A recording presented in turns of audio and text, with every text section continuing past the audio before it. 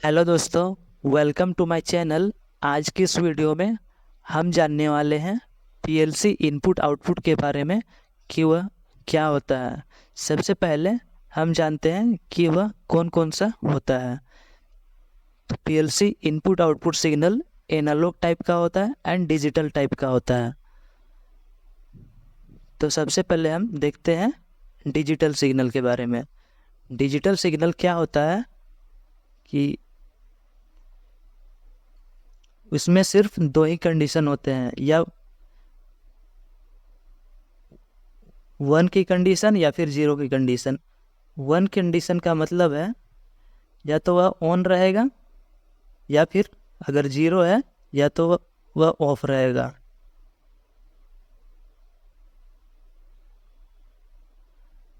तो इसमें सिर्फ दो ही कंडीशन होते हैं।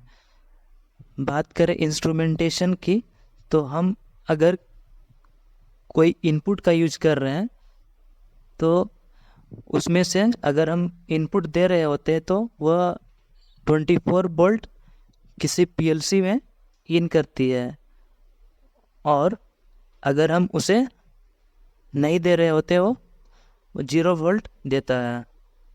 तो इसमें आपको समझ आ रहा होगा कि डिजिटल सिग्नल क्या होता है।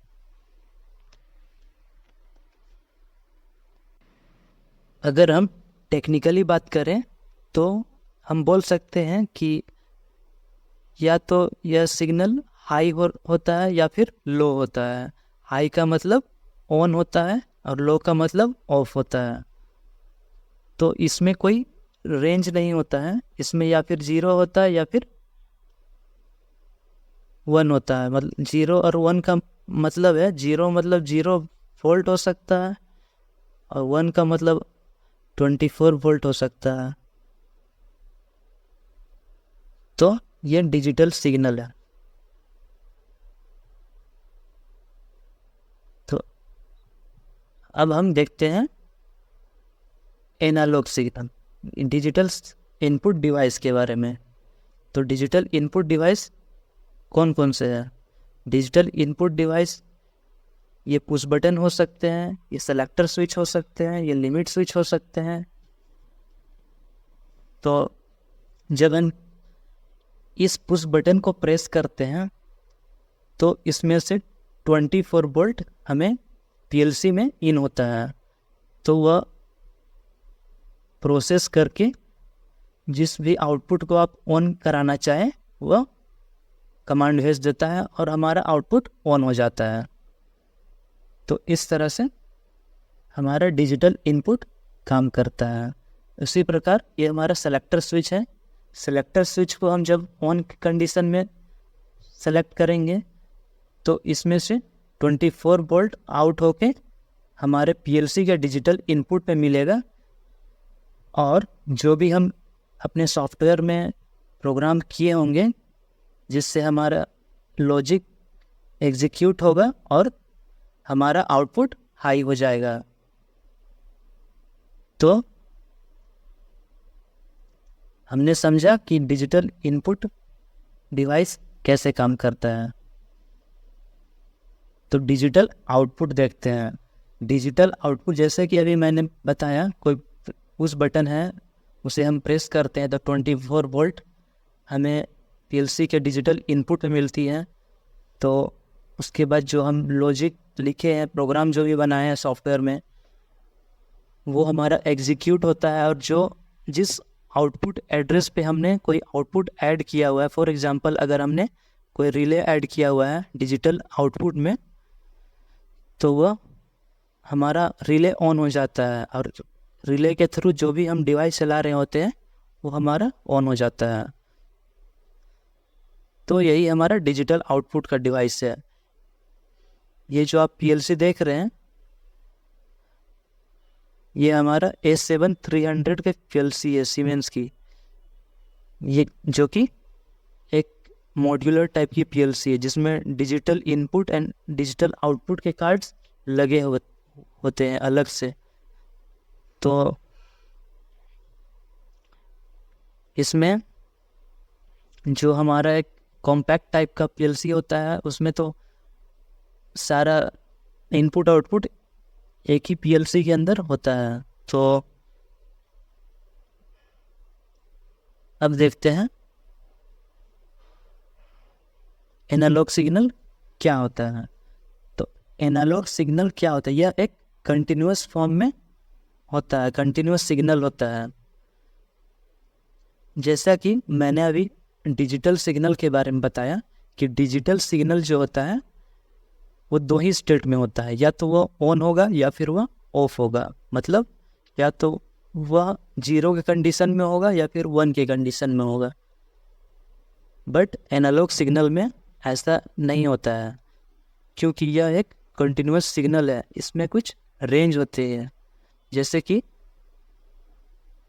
एनालॉग सिग्नल के 2 टाइप होते हैं, या तो वो वोल्टेज के फॉर्म में होती है या फिर वो करंट के फॉर्म में होती है। अगर वोल्टेज के फॉर्म में हो तो 0 to 5 वोल्ट हो सकती है, 0 to 10 वोल्ट हो सकती है। अगर करंट के फॉर्म में हो तो 0 to 20 मिली एम्पियर हो सकती है, या फिर 4 to 20 मिली एम्पियर हो सकती है। तो वोल्टेज एंड करंट 2 अलग अलग सिग्नल के टाइप हैं। जैसा रिक्वायरमेंट हमें पड़ता है उस हिसाब से हम अपना यूज़ करते हैं। तो बेसिकली देखा जाता है कि हम 4 to 20 मिली एम्पियर वाला सिग्नल ही यूज़ करते हैं। ज़्यादातर जो सेंसर्स वगैरह जो हमारा एनालॉग इनपुट्स के डिवाइस होते हैं वो हमारा 4 to 20 मिली एम्पियर वाला ही देखने को मिलता है।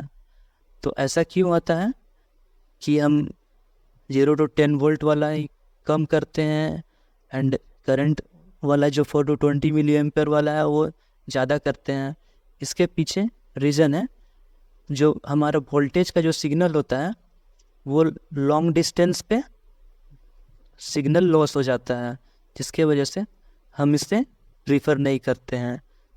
शॉर्टेस्ट डिस्टेंस के लिए हम इसे यूज़ कर सकते हैं, बट अगर बात लॉन्ग डिस्टेंस की आती है तो हम current signal 4 to 20 milliampere को प्रीफर करते हैं। क्योंकि फॉर एग्ज़ाम्पल अगर हम लॉन्गर डिस्टेंस के लिए वोल्टेज सिग्नल का यूज़ करते हैं तो वो हमारा सिग्नल लॉस हो जाता है और हम अच्छे से कम्युनिकेट नहीं कर पाते हैं। तो बात करें 4 to 20 मिली एम्पियर की, तो उसे ही क्यों प्रीफर किया जाता है। इसका रीज़न है कि जब भी अगर हम कोई सिग्नल भेज रहे होते हैं 4 to 20 मिली एम्पियर के रेंज में, तो अगर कोई टेम्परेचर सेंसर है तो 0 डिग्री कोई टेम्परेचर सेंस कर रहा तो वो हमें 4 मिली एम्पियर भेजेगा।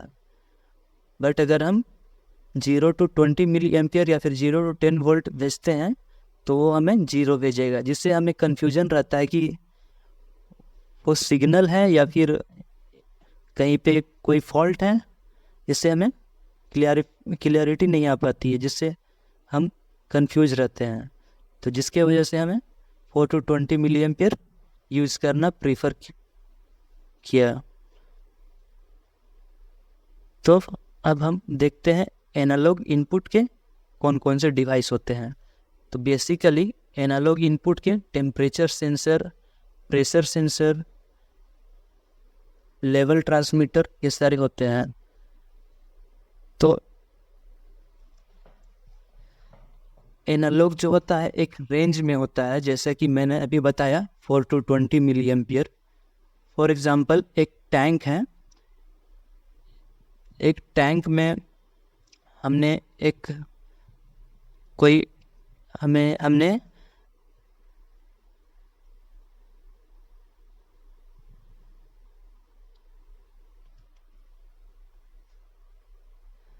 हम चाहते हैं कि मेजरमेंट करना किसी टेम्परेचर का, तो अगर किसी टेम्परेचर सेंसर का आरटीडी का मैक्सिमम टेम्परेचर 600 का है, तो अगर वो टैंक के अंदर का टेम्परेचर 300 आ रहा है तो वो उसे कैसे सेंस करेगा। इसी वजह से हम इसमें एनालॉग सिग्नल का यूज़ करते हैं।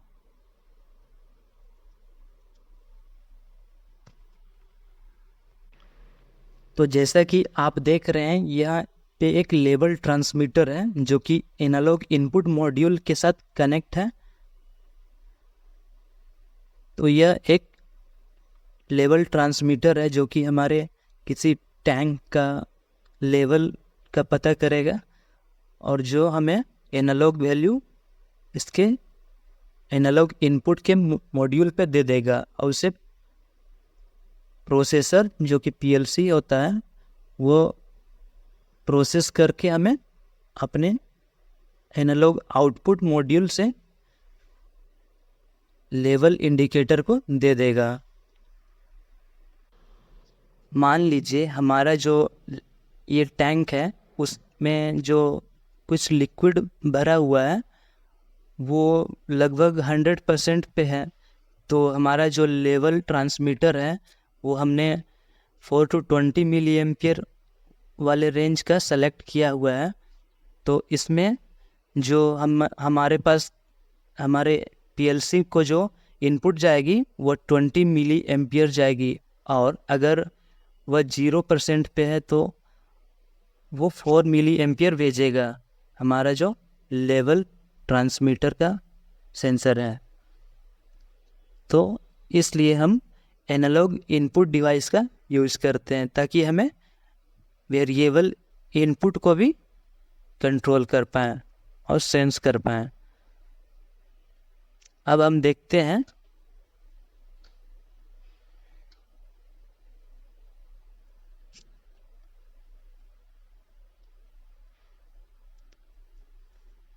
अच्छा, उम्मीद करता हूँ आपको मेरी वीडियो पसंद आई होगी। अगर मेरी वीडियो अच्छी लगी हो तो मेरे चैनल को सब्सक्राइब करें, एंड अगर कोई भी क्वेरी हो तो मुझे कमेंट करें, एंड किसी भी अगर और टॉपिक पे वीडियो चाहते हैं तो मुझे कमेंट ज़रूर करें।